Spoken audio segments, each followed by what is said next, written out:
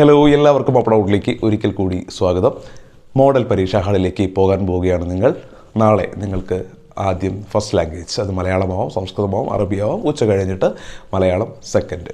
ഇങ്ങനെയാണ് നാളെ നടക്കാൻ പോകുന്ന പരീക്ഷകൾ. ഈ വീഡിയോ ഞാൻ പറയാൻ പോകുന്നത് മലയാളം പരീക്ഷ, അത് മലയാളം ഫസ്റ്റ് ആയിക്കോട്ടെ, മലയാളം സെക്കൻഡ് ആയിക്കോട്ടെ, എങ്ങനെ മാക്സിമം മാർക്ക് സ്കോർ ചെയ്യാം, അതിലുള്ള കുറേ ടിപ്പുകളും ട്രിക്കുകളുമാണ് ഞാൻ ഈ വീഡിയോയിൽ പറയാൻ പോകുന്നത്.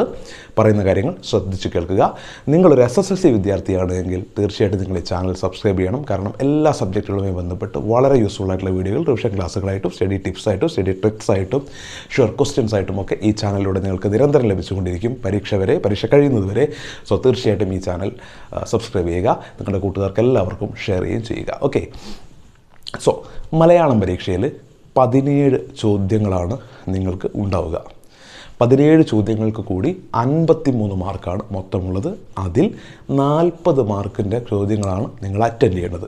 ഓക്കെ, ഇത് അറ്റൻഡ് ചെയ്യാൻ നിങ്ങൾക്കുള്ള സമയം 1.5 മണിക്കൂറാണ്. അതിന് പുറമെ 15 മിനിറ്റ് കൂൾ ഓഫ് ടൈമും ലഭിക്കും. എങ്ങനെ ഈ 1.5 മണിക്കൂറിനുള്ളിൽ ഫുൾ മാർക്ക് നേടുന്ന രീതിയിൽ പരീക്ഷ എഴുതി പൂർത്തിയാക്കാം എന്നാണ് ഞാൻ പറയാൻ പോകുന്നത്. ശ്രദ്ധിച്ച് വേണം കാര്യങ്ങൾ കേൾക്കാൻ. ഈ പറയുന്ന 17 ചോദ്യങ്ങൾ, മലയാളം പരീക്ഷയിലുള്ള 17 ചോദ്യങ്ങളിൽ ആദ്യത്തെ 8 ചോദ്യങ്ങൾക്ക് കൂടി മൊത്തം നിങ്ങൾക്ക് ലഭിക്കുക 8 മാർക്കാണ്. 1 മുതൽ 5 വരെ ചോദ്യങ്ങൾ 1 മാർക്കിൻ്റെ ചോദ്യങ്ങളാണ്. അതിൽ 4 എണ്ണം അറ്റൻഡ് ചെയ്താൽ മതി, 1 ചോയ്സാണ്. 6 മുതൽ 8 വരെയുള്ള ചോദ്യങ്ങൾ 2 മാർക്കിൻ്റെ ചോദ്യങ്ങളാണ്. അതായത് 3 ചോദ്യം ഉണ്ടാവും, അത് 2 മാർക്കിൻ്റെതാണ്. അതിൽ 2 എണ്ണം എഴുതിയാൽ മതി. അങ്ങനെ 1 മുതൽ 8 വരെയുള്ള ടോട്ടൽ ചോദ്യങ്ങൾക്ക് മൊത്തം നിങ്ങൾ കിട്ടുന്ന മാർക്ക് 8 ആണ്. ഓക്കെ, ഇവിടെ നിങ്ങൾ മനസ്സിലാക്കേണ്ട കാര്യം, ബാക്കി 9 മുതൽ 17 വരെയുള്ള ചോദ്യങ്ങളിൽ നിന്നാണ് നിങ്ങൾക്ക് 32 മാർക്കും ബാക്കി സ്കോർ ചെയ്യേണ്ടത്. അതുകൊണ്ട് തന്നെ ഈ എക്സാമിൽ ഏറ്റവും അധികം സമയം നിങ്ങൾ ചിലവഴിക്കേണ്ടതും 9 മുതൽ 17 വരെയുള്ള ചോദ്യങ്ങൾ അറ്റൻഡ് ചെയ്യാനാണ്. ഈ 1.5 മണിക്കൂറിൽ ഏറ്റവും ആദ്യം നിങ്ങൾ കൂൾ ഓഫ് ടൈം, 1.5 മണിക്കൂറല്ല, 1.5 മണിക്കൂർ പുറമേ ഒരു കൂൾ ഓഫ് ടൈം, ഈ കൂൾ ഓഫ് ടൈമിൽ ക്വസ്റ്റ്യൻ പേപ്പർ കയ്യിൽ കിട്ടിക്കഴിഞ്ഞാൽ നിങ്ങൾ ആദ്യം ചെയ്യേണ്ടത് ആദ്യത്തെ 5 വൺ വേർഡ് ചോദ്യങ്ങൾ നോക്കുക, കൃത്യമായിട്ട് ഉത്തരം അറിയുന്ന 4 എണ്ണം കണ്ടെത്തുക. ആ ഉത്തരങ്ങൾ അപ്പോഴേ മൈൻഡിൽ സെറ്റ് ചെയ്ത് വെക്കുക.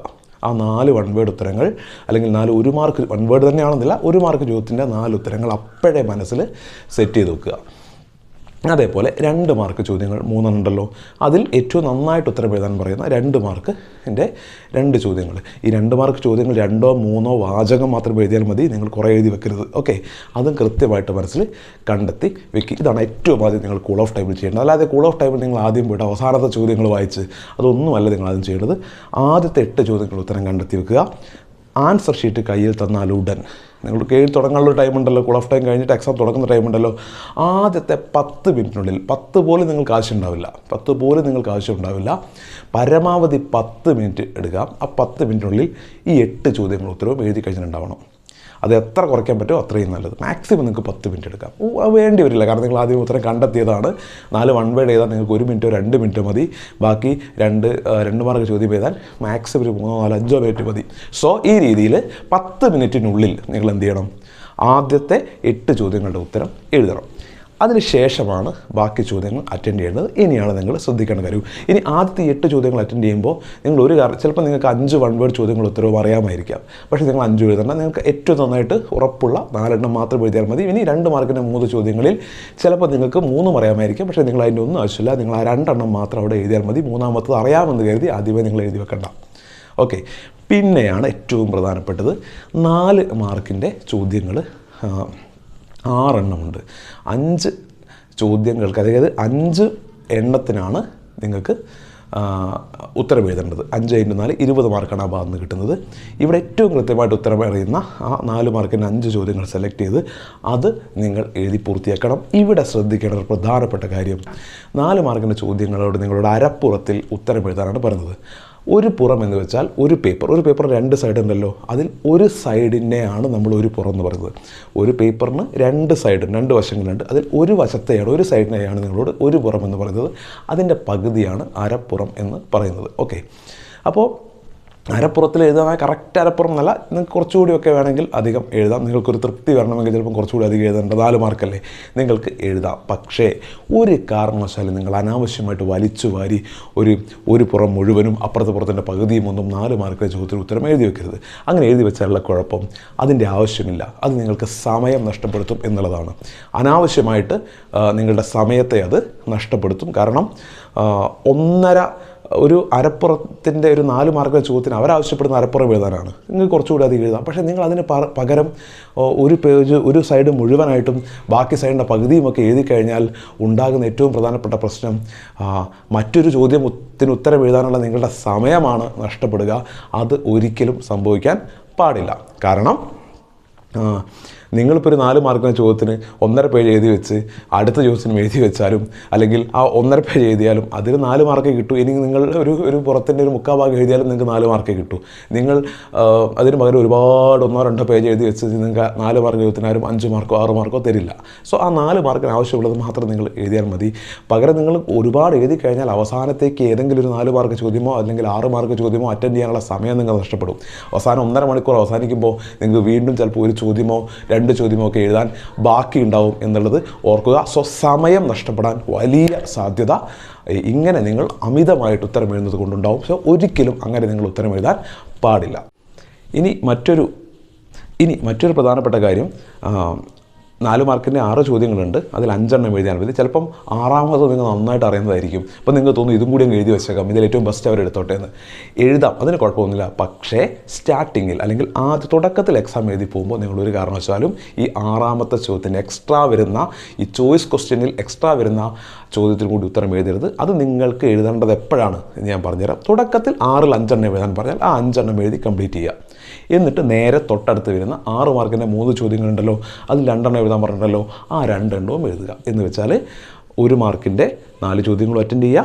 ആദ്യം 2 മാർക്കിൻ്റെ 2 ചോദ്യങ്ങൾ അറ്റൻഡ് ചെയ്യുക. 4 മാർക്കിൻ്റെ 5 ചോദ്യങ്ങൾ അറ്റൻഡ് ചെയ്യുക. 6 മാർക്കിൻ്റെ 2 ചോദ്യം അറ്റൻഡ് ചെയ്യുക. ഈ രീതിയിൽ ആവശ്യപ്പെട്ടത് മാത്രം നിങ്ങൾ അറ്റൻഡ് ചെയ്തിട്ട് കൃത്യമായിട്ട് തീർന്നിട്ട് ബാക്കി നിങ്ങൾക്ക് സമയം ഉണ്ടെങ്കിൽ ചിലപ്പോൾ നിങ്ങൾ 1.25 മണിക്കൂർ കൊണ്ട് ഇതെല്ലാം എഴുതി തരും. പിന്നെ ഒരു 15 മിനിറ്റ് ഉണ്ടെങ്കിൽ നിങ്ങൾക്ക് എന്ത് ചെയ്യാം, ചോയ്സിലുള്ള ബാക്കി ചോദ്യങ്ങൾ കൂടി എഴുതാം. ഈ 4 മാർക്കിൽ നിങ്ങൾ ബാക്കി വെച്ചാൽ ആ ചോയ്സിലുള്ള എക്സ്ട്രാ ക്വസ്റ്റ്യനും 6 മാർക്കിൻ്റെ എക്സ്ട്രാ ക്വസ്റ്റ്യനും ഒക്കെ അതിന് ശേഷം മാത്രം എഴുതുക. അപ്പോൾ ആദ്യം നിങ്ങൾ കംപ്ലീറ്റ് ആയിട്ടും അവരാവശ്യപ്പെട്ടത് 5-ൽ 4 എഴുതാൻ പറയുന്നതെങ്കിൽ ആ 4 എണ്ണം മാത്രം എഴുതുക. 3-ൽ 2 എണ്ണമാണ് എഴുതാൻ പറഞ്ഞെങ്കിൽ അത് മാത്രം എഴുതുക. കാരണം നിങ്ങളുടെ മെയിനായിട്ടുള്ള നിങ്ങൾ നിർബന്ധമായും അറ്റൻഡ് ചെയ്യേണ്ട ക്വസ്റ്റ്യൻസ് അറ്റൻഡ് ചെയ്തതിന് മുന്നേ എക്സ്ട്രാ ക്വസ്റ്റ്യൻ എഴുതാൻ നിന്ന് കഴിഞ്ഞാൽ അവസാനം നിങ്ങൾക്ക് സമയം നഷ്ടപ്പെടാൻ വലിയ സാധ്യതയുണ്ട്. അതുകൊണ്ടാണ് പറയുന്നത് ആദ്യം ആവശ്യപ്പെട്ടത് മാത്രം എഴുതുക. പിന്നീട് സമയം ബാക്കിയുണ്ടെങ്കിൽ മാത്രമേ എക്സ്ട്രാ ക്വസ്റ്റ്യൻസ് നിങ്ങൾ അറ്റൻഡ് ചെയ്യാൻ പാടുള്ളൂ. പിന്നെ 6 മാർക്ക് ചോദ്യമായാലും ഒരു പുറമാണ് എഴുതാൻ പറയുന്നത്, വേണമെങ്കിൽ നിങ്ങൾക്ക് 1.5 പുറം വരെയൊക്കെ എഴുതാം. അതല്ലാതെ 2-3 പേജൊന്നും എഴുതിയിട്ട് സമയം വെറുതെ കളയരുത്. ഓക്കെ, അതുകൊണ്ട് നിങ്ങൾക്ക് ഒരു ഗുണവും കിട്ടാനില്ല. പിന്നെ എല്ലാ ചാപ്റ്ററിൻ്റെയും തീം എന്താണ്? ഒരു കഥ നിങ്ങൾ പഠിക്കുമ്പോൾ അതിൽ ഒരാശയം പറയുന്നുണ്ടാവും അല്ലേ? നിങ്ങൾക്കിപ്പം അമ്മത്തൊട്ടിൽ എന്ന് പറയുന്ന ചാപ്റ്റർ ഉണ്ട്, അതിൽ പറയുന്നൊരു തീമുണ്ട്. അങ്ങനെ ഓരോ ചാപ്റ്ററിനും ഓരോ തീമുണ്ട്. ആ തീം കൃത്യമായിട്ട് മനസ്സിലാക്കുകയും ആ തീമിനോ സപ്പോർട്ട് ചെയ്ത രീതിയിൽ പുറത്തുനിന്ന് എഴുതാൻ പറ്റുന്ന കാര്യങ്ങളുണ്ട്. നിങ്ങളുടെ അഭിപ്രായങ്ങളായിട്ട് ആ തീമിനെ കുറിച്ചിട്ട് നിങ്ങളുടെ അഭിപ്രായങ്ങളായിട്ട് എഴുതാൻ പറ്റുന്ന കുറേ കാര്യങ്ങൾ നിങ്ങൾ മാക്സിമം കണ്ടെത്തി വെക്കുക. ടീച്ചേഴ്സിനോട് ചോദിച്ചോ നെറ്റിൽ നിന്നൊക്കെ മാക്സിമം കണ്ടെത്തി വെക്കുക. കാരണം നിങ്ങളുടെ ഉത്തരം എഴുതുമ്പോൾ നിങ്ങളുടെ അഭിപ്രായം എന്ന രീതിയിൽ എക്സ്ട്രാ ആയിട്ട് ആ തീമുമായി ബന്ധപ്പെട്ട കാര്യങ്ങൾ കൂടി അതിൽ ഉൾപ്പെടുത്തി എഴുതി കഴിഞ്ഞാൽ നല്ല മാർക്ക് സ്കോർ ചെയ്യാൻ സാധിക്കും. ഈ രീതിയിൽ വളരെ കൃത്യമായി പ്ലാൻ ചെയ്ത് എഴുതി കഴിഞ്ഞാൽ ഫുൾ മാർക്ക് സ്കോർ ചെയ്യാൻ കഴിയും. പ്രത്യേകിച്ച് നിങ്ങളുടെ ഒരു ഉത്തരം ഞാൻ ലാസ്റ്റ് പറഞ്ഞൊരു പോയിന്റ്, ഉത്തരം നിങ്ങൾ എഴുതുമ്പോൾ നിങ്ങളുടേതായിട്ടുള്ള ചില പോയിന്റുകൾ, നിങ്ങളുടെ കുറച്ച് അഭിപ്രായങ്ങൾ കൂടി അതിലേക്ക് എഴുതേണ്ടി വരും. പ്രത്യേകിച്ച് കുറിപ്പുകൾ തയ്യാറാക്കുന്ന സമയത്ത്, ഉപന്യാസങ്ങൾ തയ്യാറാക്കുന്ന സമയത്തൊക്കെ നിങ്ങളുടേതായിട്ടുള്ള ചില എക്സ്ട്രാ പോയിന്റുകൾ അതിലേക്ക് ചേർത്താൻ ഉള്ള കാര്യങ്ങൾ ആദ്യമേ പ്രിപ്പയർ ചെയ്ത് വെക്കുക. നിങ്ങൾക്കറിയാലോ ഓരോ പാഠത്തിൻ്റെയും തീം എന്താണ്, ആ തീമിനെ സപ്പോർട്ട് ചെയ്യുന്ന കുറേ വാചകങ്ങൾ ആദ്യമേ പഠിച്ചു വെച്ച് പോവുക. അതൊക്കെ അതിലേക്ക് എഴുതി കഴിഞ്ഞാൽ പേപ്പർ നോക്കുന്ന ആളുകൾക്ക് ഈ കുട്ടിക്ക് ഈ പാഠഭാഗത്തെക്കുറിച്ചും ഈ പാഠഭാഗത്തിൽ കൈകാര്യം ചെയ്യുന്ന തീമിനെക്കുറിച്ചും വ്യക്തമായ ധാരണയുണ്ട് എന്നൊരു ബോധ്യം വരികയും അയാളതിന് മാർക്ക് നന്നായിട്ട് ഇടുകയും ചെയ്യും എന്നുള്ളത് കൃത്യമായിട്ട് ഓർക്കുക. പിന്നെ ഏറ്റവും അവസാനമായിട്ട് എല്ലാ അതായത് ഇപ്പോൾ കുറിപ്പ്, ലെറ്റർ, ഉപന്യാസം, ആസ്വാദനക്കുറിപ്പുകൾ, മുഖപ്രസംഗം, ഇതിൻ്റെയൊക്കെ സ്ട്രക്ചറും അതിലൊക്കെ ഉപയോഗിക്കുന്നൊരു ഭാഷാ രീതിയും ഒരു കത്ത് എഴുതുന്ന പോലെ ആയിരിക്കില്ല ഒരു പത്രവാർത്ത തയ്യാറാക്കേണ്ടത്, അതുപോലെ ആയിരിക്കില്ല ഒരു ആസ്വാദനക്കുറിപ്പ് തയ്യാറാക്കേണ്ടത്, അതുപോലെ ആയിരിക്കില്ല ഒരു ഉപന്യാസം തയ്യാറാക്കേണ്ടത്. ഓരോന്നിനും ഓരോ രീതിയിലാണ് നമ്മുടെ ഭാഷ ഉപയോഗിക്കുക. അത് കൃത്യമായിട്ട് മനസ്സിലാക്കി വെക്കുക. അതിന് നിങ്ങൾക്ക് ഹെൽപ്പ് ചെയ്യുന്ന ഒരുപാട് വീഡിയോകൾ ഇതിനോടൊപ്പം തന്നെ നെറ്റിൽ ലഭ്യമാണ്. ഈ ചാനലിൽ തന്നെ ഉടൻ ഒരു വീഡിയോ വരും, എങ്ങനെയാണ് ഓരോന്നും എഴുതേണ്ടത് എന്നുള്ളത്. ആ വീഡിയോ നിങ്ങൾ കാണുക. സോ അങ്ങനെ കൃത്യമായിട്ട് എഴുതിയാൽ മലയാളത്തിന് ഫുൾ മാർക്ക് കൺഫേം ആവും. ഓക്കെ, സോ നന്നായിട്ട് പ്രിപ്പയർ ചെയ്യുക, നന്നായിട്ട് എക്സാം എഴുതുക, മുഴുവൻ മാർക്കും സ്കോർ ചെയ്യുക. വീണ്ടും കാണാം. Thank you.